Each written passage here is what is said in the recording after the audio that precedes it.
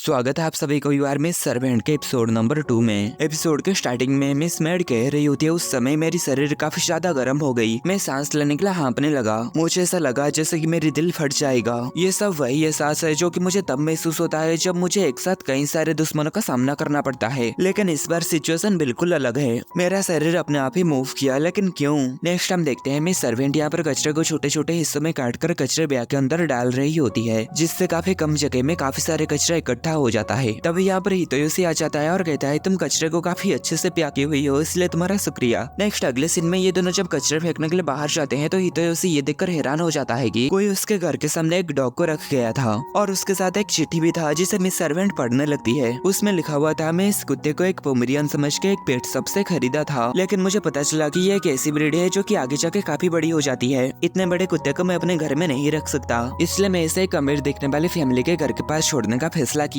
इसलिए इसका अच्छे से ख्याल रखना, ठीक है? इस पर हितोयोशी काफी ज्यादा गुस्सा हो जाता है और कहता है आखिर ये बंदा इतना ज्यादा सेल्फिश और लापरवाह कैसे हो सकता है। आगे वो उस डॉग के पास आता है। मिस सर्वेंट उससे कहती है कि आप इसे रखने वाले हैं। हितोयोशी कहता है हाँ, मैं इसे ऐसे ही नहीं छोड़ सकता, नहीं तो ये इतना ज्यादा छोटा है कि ये बाहर गर्मी की वजह से मर जाएगा। मिस सर्वेंट इस पर कहती है जब तक इसकी जीने की इच्छा रहेगी तब तक इसे कोई भी नहीं मार सकता। सिर्फ दया की वजह से अगर आप इसे बचाना चाहेंगे तो इसका परिणाम काफी ज्यादा बुरा हो सकता है। इस पपी को इसलिए छोड़ दिया गया क्योंकि ये इसकी किस्मत में थी। इस तरीके के कमजोर जीवों को जंगल में ही मरना पड़ता है। अगर इन्हें खुद को मजबूत बनने के लिए मजबूर नहीं किया गया, अगर आप लापरवाही से उस लाइफ को बचाते हैं तो आपके कामों के परिणाम एक दिन आपको परेशान कर सकते हैं। हितोयोशी इस पर कहता है सच कहूं तो मैं ये बात नहीं समझ पाता, लेकिन कल जब तुम मेरी जान बचाई थी ये तुमने दया की वजह से तो नहीं किया था, है ना? ये सुनकर मिस सर्वेंट काफी ज्यादा हैरान होती है। हितोयोशी आगे कहता है अगर हम किसी की जिंदगी खतरे में देखें तो हमारी इंसानी फितरत हमें सोचने से पहले ही कुछ करने पर मजबूर कर देती है, और इसका अलावा मैं ये समझ सकता हूँ कि कोई तुमको अकेला छोड़ जाने से कैसा महसूस होता है। नेक्स्ट वो दोनों कचरा फेंकने के बाद घर के अंदर आ चुके थे।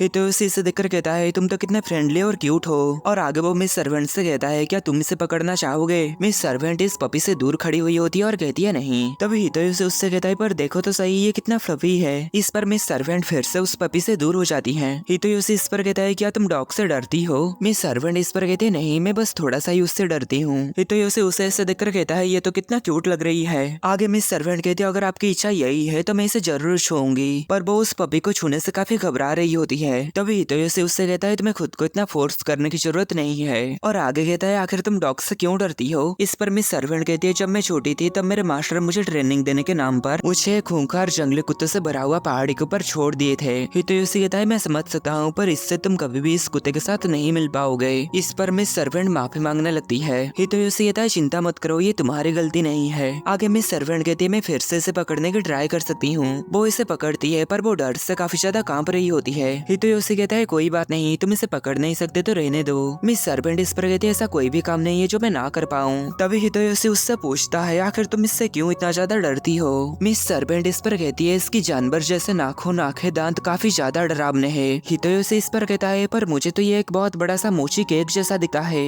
तभी वो पपी मिस सर्वेंट की उंगली को अपने मुंह में डाल लेता है, जिससे वो काफी घबरा जाती है और कांपने लगती है। तभी हितोयोशी उसे समझाने लगता है और कहता है तुम चिंता मत करो, ये सिर्फ तुम्हारे साथ खेल रहा है, तुम्हें काट नहीं रहा है। आगे हम देखते हैं मिस सर्वेंट की हालत पूरा खराब हो चुकी थी। आगे ये पपी हितोयोशी की उंगली को भी अपने मुंह में डाल देता है। हितोयोशी कहता है लगता है तुम्हारे दांत आ रहे हैं। आगे मिस सर्वेंट हितोयोशी को पपी के साथ ऐसे खेलते हुए देखकर काफी ज्यादा डर जाती है, और वो हितोयोशी से कहती है ऐसा करना बहुत ही ज्यादा खतरनाक है। हितोयोशी कहता है तुम चिंता मत करो, और आगे कहता है चलो थोड़ी देर के लिए बाहर चलते हैं। नेक्स्ट हम देखते हैं वो दोनों पेट शॉप आ चुके थे। देन वो दोनों पेट शॉप के अंदर जाते हैं और डॉगी बहुत सारे चीजें खरीदते हैं। नेक्स्ट वापस आते हुए ये पपी अपनी ये न्यू रस्सी के साथ काफी ज्यादा खुश होती है। आगे हितोयोशी मिस सर्वेंट से कहता है साथ मिलकर डॉगी चीजें खरीदने के लिए शुक्रिया। तभी मिस सर्वेंट कहती है मास्टर हितोयोशी आप बहुत ही ज्यादा दयालु है। पहले मेरी जिंदगी में आप जैसा कोई भी पर्सन नहीं था। मैं पहले जहाँ पर रहती थी वहाँ पर गलती करना सख्त मना था, इसलिए मुझे जो काम दिया जाता था मैं उसे बिना गलती किए बहुत ही अच्छे से पूरा कर देती थी। लेकिन जो काम आप मुझसे करने के लिए दे रहे हैं वो सभी काम मैं पहली बार कर रहा हूँ, और हर बार मैं इस काम को कितनी भी अच्छे से करने की कोशिश क्यों ना कर लूँ, मैं गलती कर बैठती हूँ और इस काम को पूरा करने में फेल हो जाती हूँ। मैं समझ नहीं पा रही हूँ कि मैं कैसे वो बन सकती हूँ जिसकी आपको जरूरत है। ऐसा नहीं है कि मुझे कभी भी अनावश्यक नहीं समझा गया। जिस दुनिया में मैं रहती थी वहाँ पर कम होती जा रही जगहों के लिए हमें लड़ना पड़ता था। यह एक म्यूजिक चेयर गेम की तरह था। सत्ता में बैठे लोगों के लिए हमारे जैसे प्यादे कोई मायने नहीं रखते थे, चाहे आप किसी भी उम्र या फिर जेंडर के हो। हो, बस आपके पास स्किल होना चाहिए। अगर मुझे कहीं रहना था तो मुझे सिर्फ एक ही काम करना पड़ती थी, लेकिन यहाँ मामला अलग है। मैं जिस चीज में काबिल हूँ, यहाँ तक पहुँचने के लिए मैं जो कुछ भी किया वो सब कुछ बेकार है। काश मैं भी तुमसे उस पपी की तरह मिल पाती। काश मुझे ये पहले ही पता चल जाता कि इस दुनिया में तुम जैसे भी लोग हैं। शायद इससे मैं वो बन पाती जो आप चाहते हैं। क्या मुझे यहाँ पर सच में रहना चाहिए? मुझे नहीं लगता आपको मेरी कोई भी जरूरत होगी। आगे ये पपी हितोयोशी को खींचते हुए आगे ले जाने लगता है। तभी हितोयोशी रुके उससे कहता है, ऐसा लगता है तुम अपनी पुरानी नौकरी को छोड़ के एक नॉर्मल लड़की बनना चाहती हो। मुझे लगता है ये बहुत ही अच्छी बात है। इस पर वो काफी हैरान होती है और मन में सोचती है, लोगों को मारना छोड़ के एक नॉर्मल जिंदगी जीना, इसके बारे में तो सोचा ही नहीं था। आगे हितोयोशी कहता है, देखो सनसेट कितना सुंदर दिख रहा है। इस पर मिस सर्वेंट उसके पास आती है और सन को देखने लगती है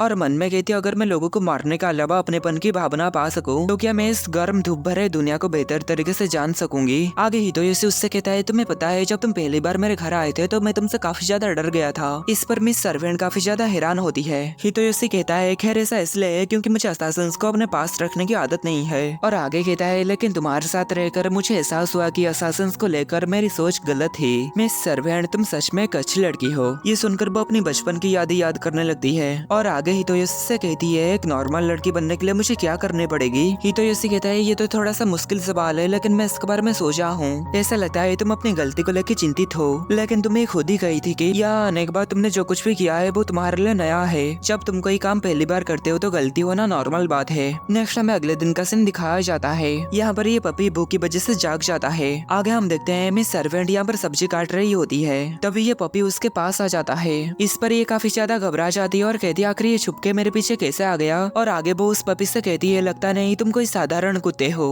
पर वो डॉग उसे ऐसे देखकर काफी ज्यादा घबरा जाता है और आगे मिस सर्वेंट को समझ आता है कि इसे भूख लगी है। दिन वो उसे खाना खाने के लिए दे देती है और कहती है, शायद मैं ये समझ पा रहा हूँ कि ये डॉग कैसा महसूस कर रहा है। शायद मैं धीरे धीरे नॉर्मल हो रही हूँ। आगे वो उस डॉग को छूने के लिए अपना हाथ आगे बढ़ाती है, लेकिन तभी यहाँ पर हितोयोशी आ जाता है और वो उस डॉग को नहीं छूती। हितोयोशी ये देखकर खुश हो जाता है कि मिस सर्वेंट इस पपी को खाना खिलाई, इसलिए वो मिस सर्वेंट को थैंक यू कहता है और आगे वो उसे छू के कहता है, तुम तो कितने मुलायम हो, एक मोची की तरह। इससे उसे एक आइडिया आता है और वो उस पपी का नाम आगे मोचतारो रखता है और आगे वो मिस सर्वेंट से पूछता है, तुम्हें यह नाम कैसा लगा। मिस सर्वेंट इस पर कहती है, ये तो बहुत ही बढ़िया नाम है। आगे ये डॉग भी इस नाम से काफी खुश होता है। आगे हितोयोशी कहता है, तुमने गोभी काट दी है ना, तुम्हारा शुक्रिया। तुम सच में एक बहुत ही अच्छी मेड बनने के रास्ते आगे बढ़ रही हो। इस पर ये काफी ज्यादा खुश हो जाती है। आगे हितोयोशी डिनर बनाने के लिए जाने लगता है। तभी आगे मोचतारो आके उसके साथ खेलने लगता है। हितोयोशी उससे कहता है, तुम्हें इंतजार करना होगा, मैं डिनर बनाने के बाद हम खेलेंगे। तभी मिस सर्वेंट कहती है, आप डिनर बनाने तक मैं इसके ऊपर नजर रख सकती हूँ।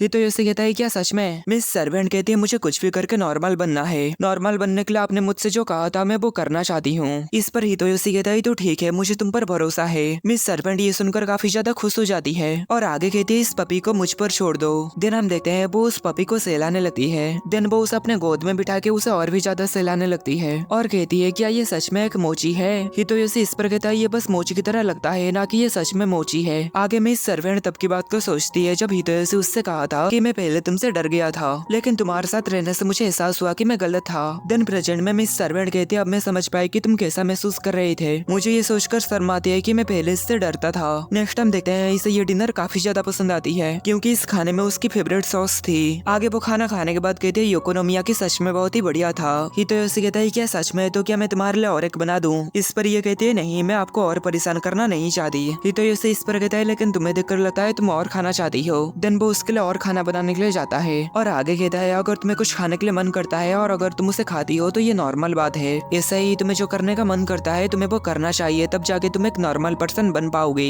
इस पर मिस सर्वेंट कहती है, अगर ऐसा है तो मैं चाहती हूँ कि आप मुझे भी एक नाम दे। हितोयोशी इस पर कहता है, क्या तुम सच में ये चाहते हो कि मैं तुम्हें एक नाम दूं? मिस सर्वेंट कहती है, हाँ, ठीक वैसे ही जैसे तुम आगे मोचतारो को नाम दिए थे। इस पर हितोयोशी उसके नाम सोचने लगता है और कहता है, तुम्हारी बर्थडे कब है? इस पर मिस सर्वेंट कहती है, मुझे ये अच्छे से तो नहीं पता, पर इतना पता है ये विंटर में आता है। हितोयोशी इस पर कहता है, तो फिर तुम्हारा नाम युकी कैसा रहेगा? युकी यानी स्नो।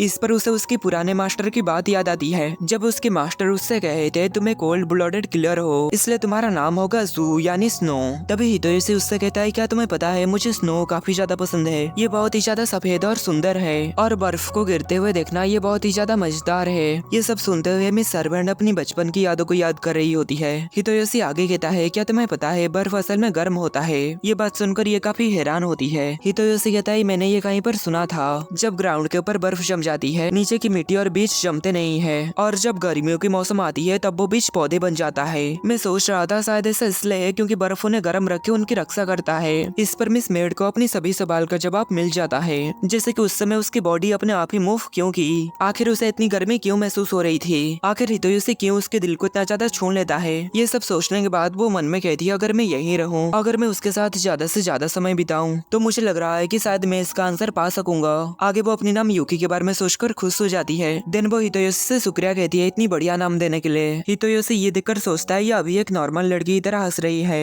नेक्स्ट हम अगले दिन देखते हैं हितोयोशी की छोटी बहन हितोयोशी की पपी को देखने के लिए उसके घर आई थी, और इतने में ये एपिसोड खत्म हो जाता है।